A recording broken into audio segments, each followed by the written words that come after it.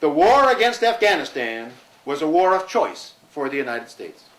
It was a war undertaken against a government perfectly willing to surrender the author of the crime of September 11th. It has never been, and is not now, a war of self-defense. And it is this war, this aggressive war, that the Democratic Party is escalating today. The plain fact is that the Democrats do not disagree with the Republicans about whether or not this country should bully the rest of the world by force into satisfaction of the demands of the corporate sponsors of this government. He hasn't registered as green. He calls himself a green Democrat. This is an example of the bridge building that I'm all in favor of. Okay. Ed Garren has agreed to address our convention. Now as I watch the horror in Haiti, watch bulldozers dump bodies into the bins, I am flabbergasted to be watching another awful piece of history unfold again. Haiti has been struggling for so long, all the wrong efforts, and so little success over so many years, a sad story of corruption and the evils of pure ego, of power tripping. Now with all the cameras rolling, the world scrambles to help. But as usual, it's the little people who are carrying the brunt. Those with the least always do the most. 10,000 aid associations have been in Haiti since Papa Doc's time, but things are still so screwed up. Nothing has changed, nothing has improved, and no one has really cared. This week, Time magazine identified the Pacific Northwest, namely Oregon and Washington, as one of the top 5 places in the world where an earthquake will hit.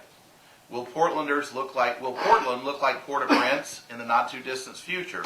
Will our city leaders be able to function in a disaster? Will corrupt, greedy bankers stop ruling the world? Who's going to be in charge? And then the second email was, I realize today that you carry a deep feeling for the history of committed political struggle. You know how the unprecedented struggle of the human rights movements, blacks, women's, gays, Native Americans, of the 50s and 60s changed the modern world. What lies ahead now?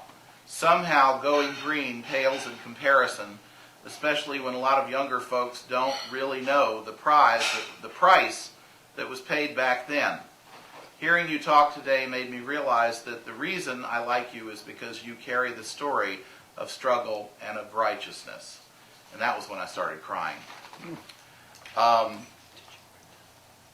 a native Floridian, and in the 1920s, a woman who was born in Wisconsin but who lived in New York City moved to Florida to write great Gothic romances, which she never was able to do. Her name was Marjorie Kinnan Rawlins. Did any of you know who she was? The Yearling. The Yearling.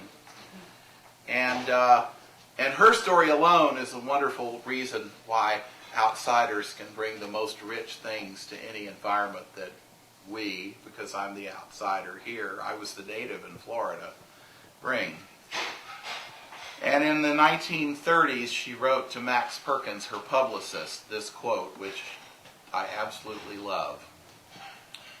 If there can be such a thing as instinctual memory, the consciousness of land and water must lie deeper in the core of us than any knowledge of our fellow beings.